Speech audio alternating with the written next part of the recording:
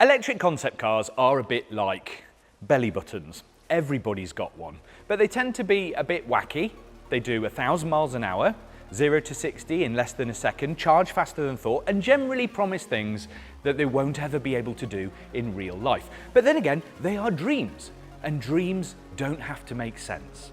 But this on the other hand, is the Polestar Precept concept, which is nicely alliterative, if nothing else, and this is one electric dream that might just make it to reality. Why? Well, when this car was first shown to the public online in 2020, the reaction was so positive, Polestar actually thought it had better just, build it. And build it looking pretty much like you see it here, which is a punchy promise given how good it looks. Polestar is a company that lives in the same group as Volvo, owned by a Chinese company called Geely, which means that it has both all the hardware sharing options that come with being brother to a nice established company like Volvo, and all the manufacturing capability that you get with a big Chinese parent. And with that kind of industrial power behind it, it means this car suddenly doesn't look so fanciful. But before I tell you all about the Precept, please do log on to electrifying.com where you'll find loads of videos and tips and explainers and articles. And also go onto our YouTube channel and like and subscribe, because basically that's how I get paid. So what is it? Well, basically it's a big luxury electric saloon. I know, the world is full of very expensive electric cars right now, most of them SUVs. But this one is actually quite a bit more special. And you remember how excited we got when the Polestar 2 first came out? That makes this worth a look. And yes, I have been looking at it quite a lot because quite frankly, this thing is gorgeous. Now, Polestar has three pillars, three kind of main thrusts of what it wants to be as a car company. And they involve sustainability, design, and technology. And all three things feature quite heavily in the Precept. First, design, because that's the thing that hits you straight away. This is a big car with a wheelbase of over 3 meters, but it's very low. The battery is under the floor. No word on how big that is yet, by the way, but expect something chunky for decent range. And you can expect to mix and match from the proven electric motors from the current Polestar/Volvo parts bin, or whatever new tech crops up in the next 18 months. I'm going to be really simple here and start at the front, because this nose doesn't look like it's just a car that used to have an internal combustion engine that's had its face blanked off and made electric. This is all very clean and crisp and feels like it's been designed to be nice and slick. In fact, this bit here, they now call the Smart Zone. Now, it contains all the sort of sensors and little radar systems that you need for advanced driver assistance systems. And on some cars, they're like little squares of plastic or little bulbous nodules, and they look a bit, they look a bit added on. This looks slick and neat and very designery. It's not something that jars, so you don't feel like it's had all the tech just slammed into the front of it. And also, if you look up there, that thing on the roof is actually a LiDAR pod. Now that's a system that is really necessary if you want to get into really advanced autonomous driving systems, because it kind of senses where everything is and can plot the car's position in terms of everything else. That's really interesting because it means the Precept is kind of being future-proofed and getting people used to seeing that kind of stuff on a production car. Then, before you get up there actually, I've just noticed this little thing here. There's an integrated spoiler on the leading edge of this bonnet. Now what that does is, as the air is drawn in through the front of the car, it gets pushed up over the windscreen, which makes the coefficient of drag more efficient. More efficient slipperiness through the air will give you more range and very possibly a higher top speed, which is always quite exciting. But then again, I like these. Now, Volvo has a headlight signature called the Thor's hammer, which is basically a hammer shape that comes out, and there's the head of the hammer. Now, Polestar has split them horizontally. It's kind of a not so subtle nod as to Polestar wanting to go its own way, but I actually think they look really good. It's kind of slightly aggressive, but nothing that will scare you. And generally, I think the front is very precise and clean, but without being silly. But as you stand up and actually stand next to this car, you start to see some of the subtle design elements and also the not so subtle bits. I mean, they are 22-inch center lock wheels, which probably won't make it to production. They just look really cool. And then as soon as you start to look at the surfacing, especially in this kind of matte silver, you see these creases, which are sharp enough to cut yourself on. They are absolutely beautiful. The car does feel very low for such a big car, but there's basically a battery way down in the floor in which they've scooped out parts of the pack so that you can have legroom for front and rear passengers.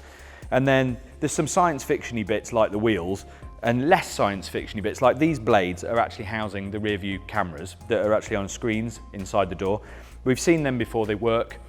In certain situations they're brilliant, but they're definitely more aerodynamic.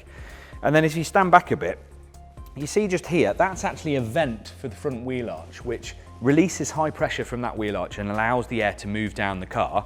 And then it gets scooped up again here by this vent, which then will cool and vent the rear wheel arch and help the brakes remain cool. And then as you come further back, you get these big kind of muscular haunches, which makes this look like a massive sports car. See that? That is a charging status light, so that you can see from outside the car whether your car is half charged, full charged, or ready to go. And then it all comes back into quite a square rump, which is completely banded by this massive single frame rear light bar.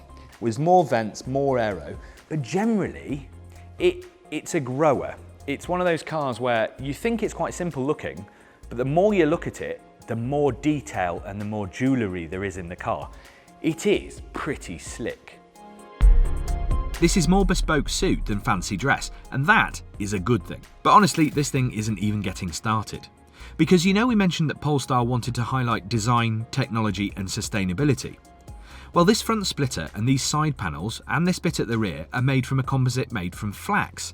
Yep, it's sort of a grow your own natural version of carbon fibre. It's light, rigid and sustainable. And that's before you even get into here.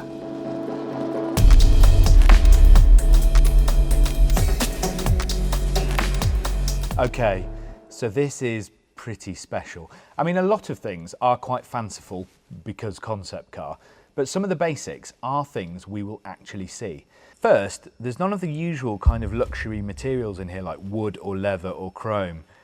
It's just a little bit like next generation opulence rather than what we're used to. You see these backlit sections? They're actually made from flax again. And what that does is it reduces the use of plastic in the interior by 80%, and actually it lightens it up, so there's 50% less weight in this interior because of the use of this composite material. It's really quite clever. And then there's waste cork from the wine industry in the headrests and the side bolsters of these seats. And a lot of the interior fabrics are actually made from recycled plastic bottles. So the 3D printed seat covers are actually made from recycled PET bottles, and there's no waste because they're actually made to the exact shape they need to be. The headliner, similar thing. And you see these carpets? They're actually made from recycled fishing nets dragged from the ocean. The thing here is that the Precept is taking what we think of as luxury and reframing it in a different way. I get that it's all quite cool to have recycled fabrics and all that kind of stuff, but this looks like it should be this way. It feels like it has taken luxury and just made it go down a different path. I mean, I'd have some of this stuff in my house if it didn't make my house look very shabby indeed. Small things, right? I love the way the seats are actually quite ergonomic. They're very comfortable, by the way, but they're slim and they're interesting without just being massive, you know, lazy boys made of cow leather. And also things like, you see these gold seat belts, you see the little clips, they're made of one piece of aluminium. It's a tiny thing, it probably won't make it to production, but I find that kind of jewellery really exciting. Now, as you might expect, the technology in the Precept has upped its game as well. Now, I really like the Android operating system in the Polestar 2, but the game has been significantly upped. You get this little 9-inch readout in front of you, and then there's kind of an oversized portrait screen here, and it comes with everything you possibly need. But what Precept does is it uses eye tracking to help you manage all of these systems. So if you're driving down the road and this decides that you're not actually being involved with it, it'll dim down and sort of go quiet so that it keeps your eyes on the road and doesn't distract you. And then as you look towards it, it'll actually brighten up so that you can see what you're looking at. It'll also do things like, as you go to press a button, see it's doing it a little bit, it will actually pull the tiles towards you and make them bigger so that you're not kind of prodding around looking for things when you're driving. Now, it's convenient and it's trick, but ultimately that is safer on the road, because I do find that some of these big stuck-on screens can be quite distracting. And when you're trying to find the right thing to press when you're driving down the road, you look at it.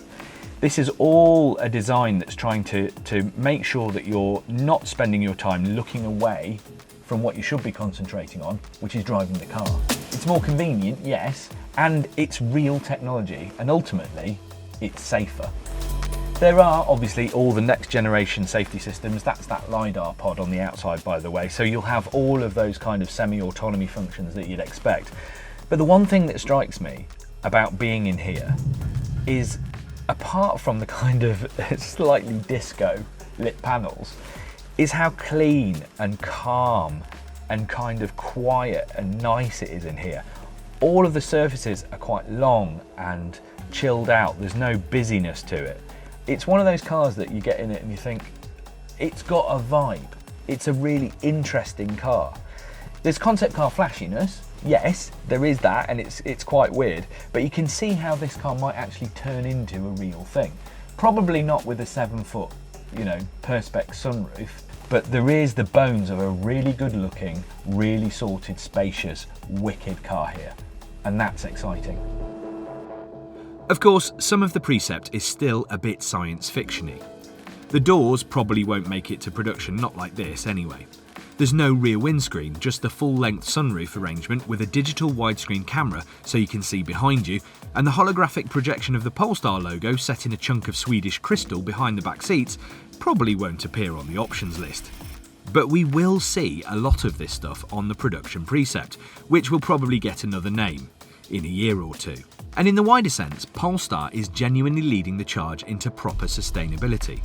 The company publishes life cycle costs for its cars, from initial manufacturing to recycling, and the plant that looks set to make the Precept in Chengdu in China runs on 100% renewable electricity. In fact, Polestar has said that it wants to produce a completely climate-neutral car by 2030, and that's without the get-out clause of offsetting CO2 by planting trees. No cheating for Polestar. There's a Polestar 3 fast SUV coming soon, and then, with a bit of luck, this. I'm guessing you're looking at the Polestar 4, though I just wish they'd call it the Precept. So there you have it, another Polestar that looks as good as it feels and might just gently change the game. It turns out that if you want to make electric dreams a reality, then the Polestar Precept might not be a bad starting point.